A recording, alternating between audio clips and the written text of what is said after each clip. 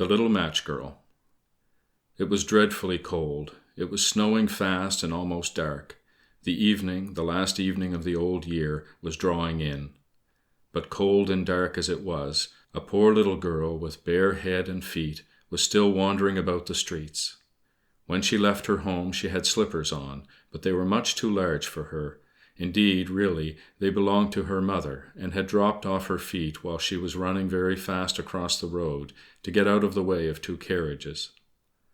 One of the slippers was not to be found. The other had been snatched up by a little boy, who ran off with it, thinking it might serve him as a doll's cradle. So the little girl now walked on, her bare feet quite red and blue with the cold. She carried a small bundle of matches in her hand, and a good many more in her tattered apron. No one had bought any of them the livelong day, no one had given her a single penny. Trembling with cold and hunger, she crept on, the picture of sorrow, poor little child. The snowflakes fell on her long, fair hair, which curled in such pretty ringlets over her shoulders. But she thought not of her own beauty, nor of the cold.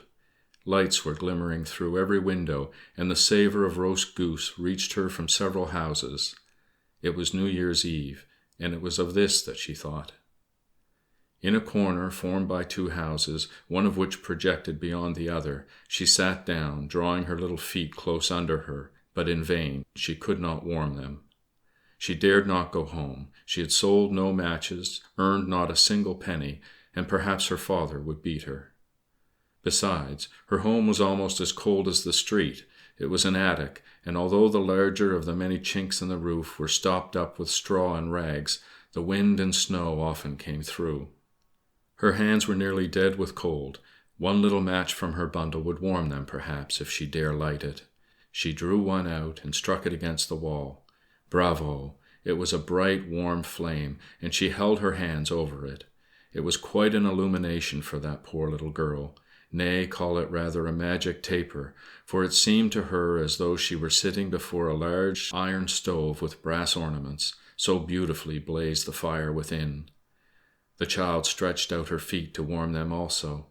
Alas, in an instant the flame had died away, the stove vanished, the little girl sat cold and comfortless, with the burnt match in her hand. A second match was struck against the wall. It kindled and blazed, and wherever its light fell, the wall became transparent as a veil. The little girl could see into the room within. She saw the table spread with a snow-white damask cloth, whereon were ranged shining china dishes. The roast goose stuffed with apples and dried plums stood at one end, smoking hot, and, which was pleasantest of all to see, the goose, with knife and fork still in her breast, jumped down from the dish and waddled along the floor right up to the poor child. Then the match went out, and only the thick, hard wall was beside her. She kindled a third match. Again up shot the flame, and now she was sitting under a most beautiful Christmas tree, far larger and far more prettily decked out than the one she had seen last Christmas Eve through the glass doors of the rich merchant's house. Hundreds of wax tapers lighted up the green branches, and tiny painted figures, such as she had seen in the shop windows, looked down from the tree upon her. The child stretched out her hands toward them in delight, and in that moment the light of the match was quenched. Still, however, the Christmas candles burned higher and higher. She beheld them beaming like stars in heaven.